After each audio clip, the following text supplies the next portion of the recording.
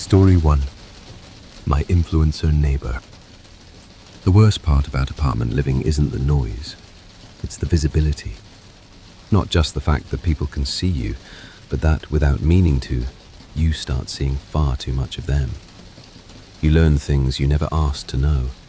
Habits, routines, timetables. The man across the courtyard, one floor below me for instance, I don't know what he does for work, but I know exactly what he does when his girlfriend leaves in the morning. I know this because I've accidentally looked out my kitchen window enough times to see him sitting on his bed, laptop balanced on his bare thighs, tissues stacked beside him. I've always wondered what kind of job allows that many breaks. But he wasn't the strange one. That was the woman living above him. Her apartment faced the courtyard too. 2 windows, one in the living room, one in the kitchen. I noticed her about a week after I moved in, sometime last autumn. I wasn't in a great place then.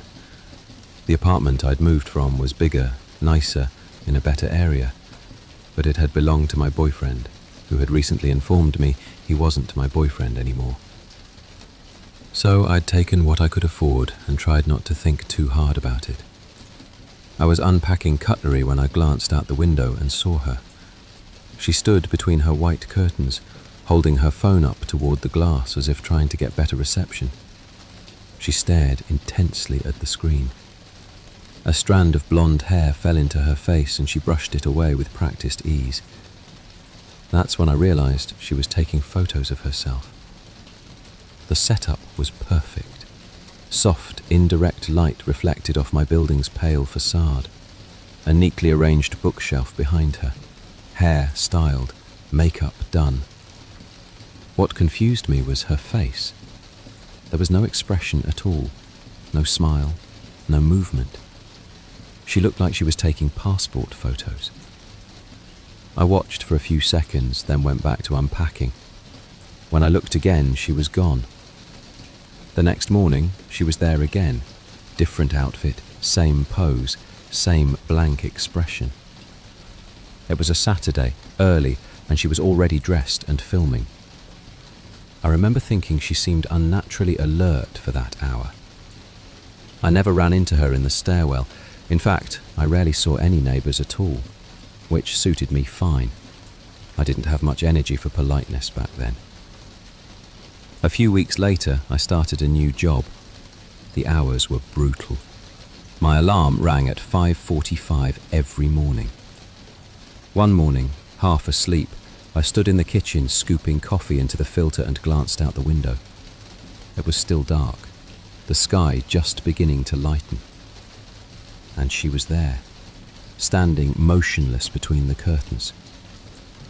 At first, all I saw was a silhouette, a shape. I stepped back into the shadows of my own kitchen, heart racing, unwilling to turn on the light. I told myself it could be anything, a coat rack, laundry, a trick of the light. Then the sun rose. As the first rays hit the building across the courtyard, the apartment opposite slowly filled with light. It was her, fully dressed, immaculate, hair braided, outfit perfectly styled. She stood there the entire time, unmoving, until she raised her phone and began taking pictures. Her face never changed. That night I told a friend about it over drinks. I described the stillness, the timing, the way she seemed to be waiting for the light. My friend asked me to describe her clothes. Then she opened Instagram. She showed me a photo posted earlier that day. It was the woman from the window, wearing exactly what I'd seen her in that morning, smiling. I don't follow many influencers. Something about the constant performance makes me uneasy. But this woman had around 40,000 followers. Her feed was immaculate, stylish, controlled, flirtatious in a careful, curated way. As I scrolled, I recognized more outfits, more mornings. Every photo showed her smiling. That didn't match what I'd seen. After that, I paid closer attention. Days passed where she didn't appear in the window at all. but new photos kept appearing online, always shot in the same light, same angle, same framing. Eventually I noticed it. The smile. It was identical in every photo, not similar, the same. She wasn't smiling for the camera. She was adding the smile afterward. That explained everything. The identical angles, the rigid posture, the lack of expression while filming. It made sense, and it made my skin crawl. One Sunday evening, after I'd spent the night at someone else's place, I came home to heavy clouds hanging low over the courtyard. I turned toward the kitchen window and froze. She was staring directly into my apartment, not at her phone, at me. Her face was blank, empty, watching. I pretended not to notice and walked away, heart pounding, inventing explanations. Coincidence, bad timing, nothing unusual. But I stopped looking out the window after that. I started staying elsewhere more often. I Googled her during a lunch break. There was very little information. No photos of her outside the apartment. No candid shots. No sightings. All collaborations. All indoors. I found a platform she used, an app that connected brands and influencers automatically. No meetings, no human contact, just metrics, value scores, deliverables. The thought of it made me uneasy, so I bought curtains. That evening, as I struggled to hang them, the sun broke through the clouds and flooded my kitchen with warm light. I laughed and, without thinking, took a photo of myself in the window. The lighting was flattering, the angle forgiving. I posted it. Minutes later, I noticed her curtains across the courtyard were open. The apartment was dark, empty. The next morning, my phone buzzed with notifications, new comments, from accounts I didn't recognize, strings of numbers, empty profiles. They all said the same thing. Smile. Why don't you smile? Come on, smile. There were 24 of them. I locked my account immediately. That evening, I sat by the window, furious, determined not to be chased out of my own home. Hours passed. Darkness fell. I scrolled through her comments. The same accounts were there, asking her for something, demanding it, saying she'd promised. I felt a wave of sympathy. I messaged her. Do you need help? It showed as seen. Then she replied, smile. They don't like it when you don't. I looked up. She stood there, barely visible in the dark, phone raised, screen lighting her empty face. My phone vibrated again. They want you to smile. I moved out that night. Later, unable to sleep, I saw a notification. A new story. A dark, blurry photo taken from her window. Of my kitchen. Of me. The story was deleted minutes later. I still don't know why she posted it. As a warning? A plea? Or an offering? All I know is this. I will never live across from a window like that again. And if you ever notice someone watching you from theirs, make sure you don't smile back. Story 2. I thought the chat was joking. I stream most nights. Nothing dramatic, just me, a game, and a small familiar chat that keeps me company while the rest of the world is asleep. That night felt no different from any other. It was late, well past midnight, and I'd been playing longer than I planned to. My eyes were heavy, my hands moving on autopilot, the headset tight enough that the rest of the apartment might as well not exist. I wasn't really reading chat anymore. I was just playing. When I finally paused the game and leaned back in my chair, I said my usual goodnight. Thanks for hanging out. Same routine as always. Before clicking end stream, I glanced at chat one last time, more out of habit than anything else. A few messages immediately caught my eye. "Did you see that? What was that in the closet? Behind you, in the wardrobe?" I laughed. I told them they were awful for trying to scare me right before bed. I joked about how bored they must be. To play along, I spun my chair slightly so the camera showed more of the room behind me. "You mean this closet?" I said, standing up. I walked over, pulled the wardrobe door open wide, and stepped aside so Chat could see clearly. Nothing. Just coats, a laundry bag, shoes lined up exactly the way I always keep them. I rolled my eyes, wished everyone good night again, and ended the stream. I slept fine.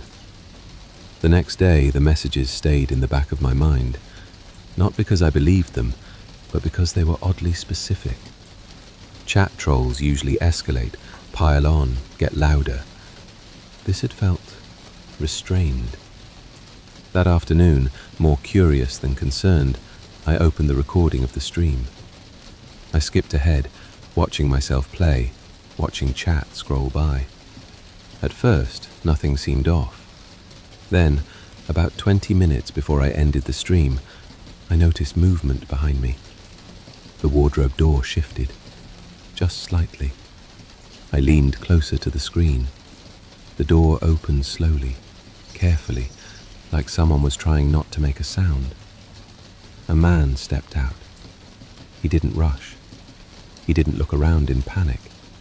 He moved like someone who knew exactly where he was.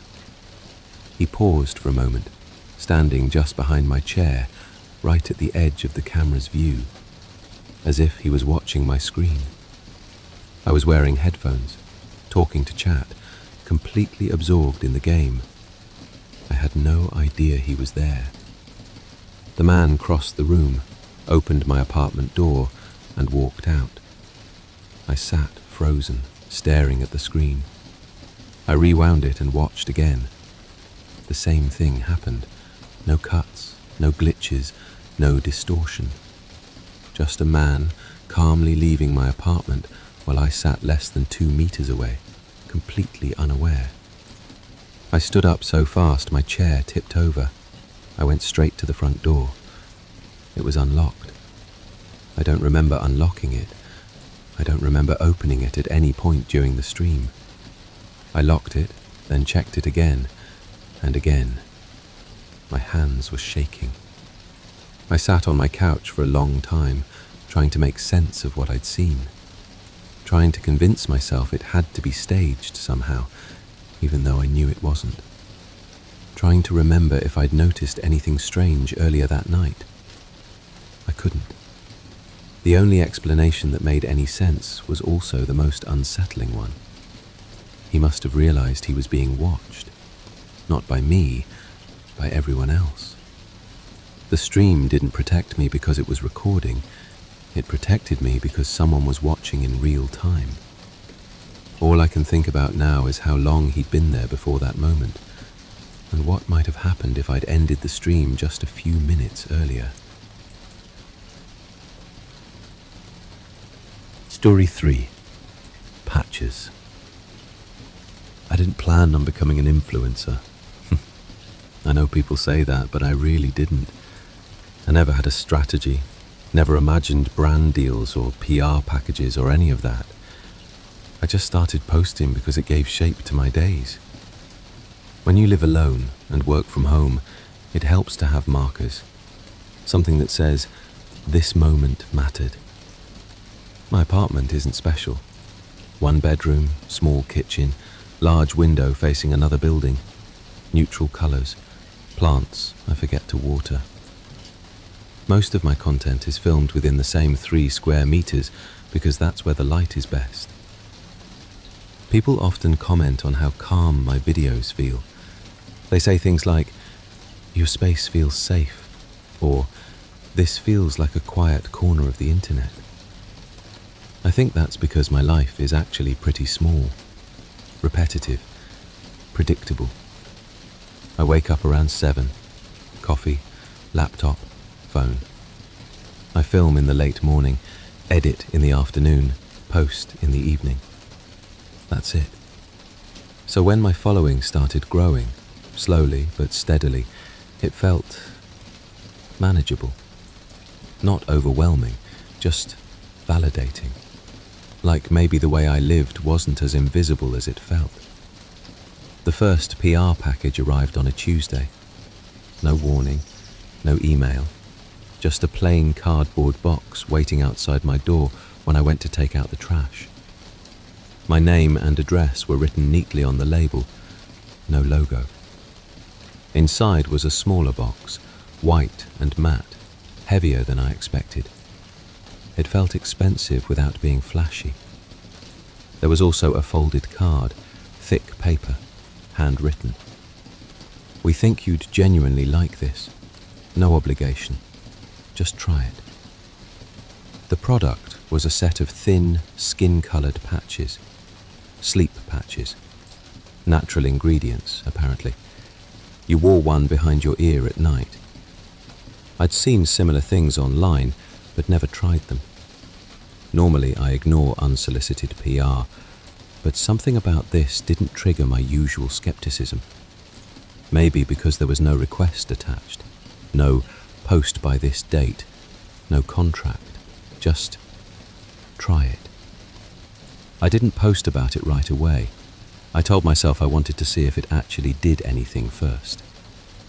The first night I used one, I slept through the entire night without waking up once. That almost never happens to me. The second night, the same thing. Deep sleep, no racing thoughts, no half dreams where I wake up already tired. By the third morning, I felt lighter, clearer, not euphoric, just rested. That's when I posted. Nothing dramatic, just a short video in my kitchen, morning light, coffee brewing in the background. I mentioned the patch casually, the way I mention things I actually use. The response was better than average. Not viral, but noticeably warmer.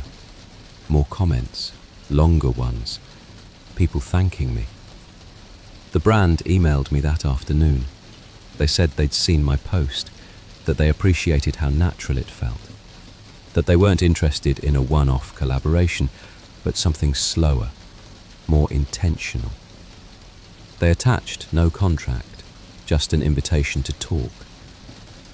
I remember reading the email twice, feeling oddly calm, like this was the next logical step, not a big decision. The call was brief, polite, professional. The person I spoke to never used my full name, just my first. They said they believed in creators who understood pace and sustainability. They didn't want to burn me out. They wanted to support my routine, not disrupt it. They offered a monthly retainer, enough to say no to other collaborations, enough to simplify things. All they asked was consistency and honesty. It sounded reasonable. I said yes. The next package arrived 2 days later. More patches. A handwritten note thanking me for trusting them. They included a suggested usage schedule, phrased gently. Recommended, not required. I followed it. Why wouldn't I? I felt better than I had in months. Over the next few weeks, things settled into a rhythm. I slept well, filmed easily. My content felt smoother, more grounded. Engagement increased in small but steady ways. Nothing suspicious, just progress. The company checked in occasionally, not daily, not invasive, just quick messages asking how I was feeling, whether I noticed any changes. Sometimes their timing was strange. They'd ask if I was feeling low on days when I was, or mention mental fatigue right before I'd planned to take a day off. I assumed they were reading my posts closely. That's what good partners do, right? One evening, after a long day of filming, I sat on my bed, scrolling through my phone, and realized something that made my stomach tighten. I couldn't remember the last time I'd skipped the patches. Not because I wasn't allowed to, because the idea of not using them made me uneasy. I told myself that was normal. That's what happens when something works. That night, I dreamt I was standing in my apartment, holding my phone up, trying to record. The screen kept going dark. Every time I tapped it, a message appeared. The next morning, another package was waiting outside my door. I hadn't ordered it. Inside were more patches, enough for weeks, and a new card. We noticed you've been pushing yourself. Remember, you don't have to. I sat on the floor with the box in my lap for a long time, staring at the handwriting. It was the same as before. Neat, familiar, like someone who knew me well. At first, I told myself I was imagining things. Brands personalize communication all the time, and that part of it wasn't strange. And the patches worked. That much was undeniable. I slept better, filmed more easily, and felt calmer than I had in years. If something felt off, I assumed it was just my own resistance to success. But once the thought formed, it wouldn't go away. What if I wasn't just using the product? What if the product was shaping me? The realization didn't arrive all at once. It crept in slowly, through small moments that were easy to dismiss. The way I reached for the patch automatically every night without thinking. The way my chest tightened when I realized I was running low. The way I hesitated before making plans that might interfere with my routine. One evening, I didn't apply one. I told myself it was just a test, just to see what would happen. I slept terribly. Not in the sense that I couldn't sleep at all, but like my body never fully shut down. My thoughts raced. My skin felt wrong, like it didn't quite fit. When I woke up, my head was heavy and my hands were slightly shaky. I filmed anyway. The footage was awful. My voice sounded strained, my movements felt unnatural, and I couldn't settle into the rhythm that usually came so easily. Editing took twice as long, and when I finally posted, it was later than usual. The response came quickly. Lower views, shorter watch time. Comments asking if I was okay, if something felt different. A few people said the video felt off, even if they couldn't explain why. That night, a message arrived from the company. We noticed a dip in performance today. Did you adjust your routine? I didn't respond. The next day, I skipped the patch again. By midday, my anxiety was overwhelming. Not panic exactly, but something worse. A restless, crawling discomfort that made it impossible to sit still. My body felt exhausted and wired at the same time, like it had forgotten how to regulate itself. I couldn't focus. I couldn't film. When I finally forced myself to record something, it was worse than the day before. Engagement dropped further. I lost followers. A few comments expressed disappointment, subtle but unmistakable. Another message arrived. Your audience is sensitive to shifts in energy. Consistency is important. I typed out a reply and deleted it, then typed again. I'm taking a break from the product. There was a longer pause than usual. Then the response came. We understand the impulse, but stopping abruptly can be destabilizing. They didn't threaten me. They didn't argue. They didn't need to, because I already understood. That night, I didn't sleep at all. My skin prickled constantly, my thoughts looped, and I felt strangely disconnected from my own body, as if I was watching myself from a distance. Around 4 in the morning, I opened my laptop and watched my recent videos back to back. The difference was impossible to ignore. With the patches, I looked calm, grounded, easy to watch. Without them, I seemed restless, flat, and uncomfortable in my own skin. I didn't know whether I was actually better with them or simply more palatable. The next morning I checked my analytics. Every metric was down. I sat on the kitchen floor and cried, not because I missed the patches, but because I saw how quickly everything unraveled without them. The content, the engagement, the version of myself people wanted. That afternoon, a new package arrived. I didn't open it right away. I already knew what was inside. More patches, a carefully measured supply, enough to stabilize me. The note was brief. We recommend resuming gradually. Your audience misses you. I stared at it for a long time. I thought about stopping completely, deleting everything, walking away. Then I imagined trying to live like this, feeling like this, while watching my work deteriorate in real time as thousands of people noticed. That night, with shaking hands, I applied the patch. The relief came quickly. My body softened, my thoughts slowed. The constant buzzing panic faded into the background. The next video I filmed was good, better than good. Engagement rebounded, comments returned to normal. People said they were glad I seemed like myself again. The company didn't message. They didn't have to, because I understood now. I wasn't collaborating with them. I was dependent on them. Story 4. My sister became an influencer. My sister always liked posting things online. Nothing extreme, just small, ordinary moments. Photos of her coffee, outfit videos, short clips from her apartment. It all felt harmless. So when her account started growing, no one was surprised. She was good at it, comfortable on camera, consistent. When she told us she was moving to another city to focus on content, it didn't sound alarming. Plenty of people do that now. At first, nothing seemed wrong. She posted every day.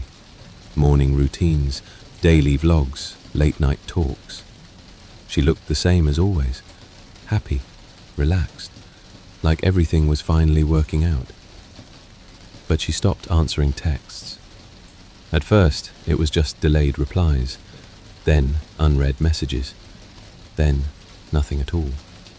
Calls went straight to voicemail. When I commented under one of her posts asking if she was coming home for our mum's birthday, the comment disappeared within minutes. Not argued with, not replied to, just gone, like it had never been there. Weeks passed. She didn't show up for birthdays. She didn't come home for holidays. She didn't acknowledge family group chats. But the content never stopped. Every single day, like clockwork. That's when I started noticing small things. The same outfit appearing in multiple videos weeks apart. The same lighting. The same angle of sunlight hitting the wall behind her bed. One video showed her making breakfast. Another, posted days later, showed the exact same breakfast again. Same plate, same mug. Even the same time on the clock behind her. People in the comments loved it. They said things like, "So comforting," and "Your routine helps my anxiety," and "I love how consistent you are." I decided to visit her.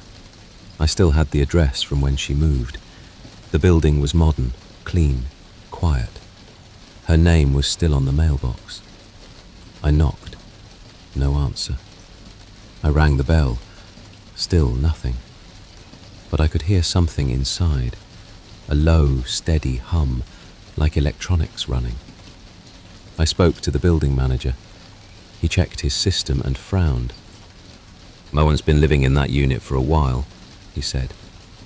I told him that couldn't be right. My sister posted from there every day. He showed me the logs. The apartment had been rented for 3 months, then vacated. No water usage, no electricity spikes, no recorded access. It's basically a studio, he said. Not really meant to be lived in. That night, my sister's account uploaded a new video. Same apartment, same angle. She was wearing the outfit from her very first viral post. Everything looked normal, until I noticed the reflection in the window behind her. It wasn't her. It was someone standing just out of frame, watching. I started digging.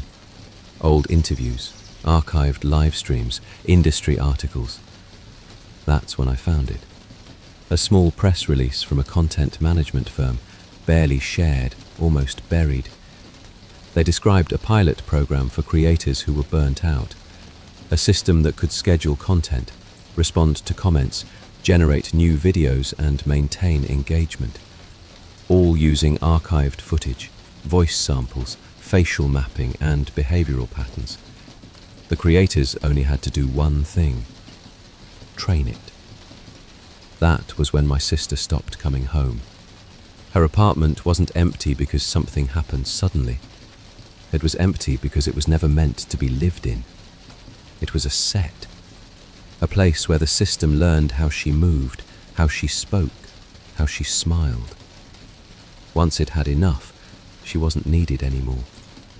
I found her months later, not online, in real life. She was listed under a different name at a private wellness facility outside the city. She wasn't sick. She wasn't restrained. She just looked relieved. When I asked her why she never came back, she said, "I don't have to anymore." When I asked about the videos, she smiled and said, "They're doing better without me." Her account is still active, still posting every day, still replying in her voice, still gaining followers. People say she seems more present now than ever, and maybe they're right. Because whatever version of my sister the world wanted, it didn't need the real one to keep going.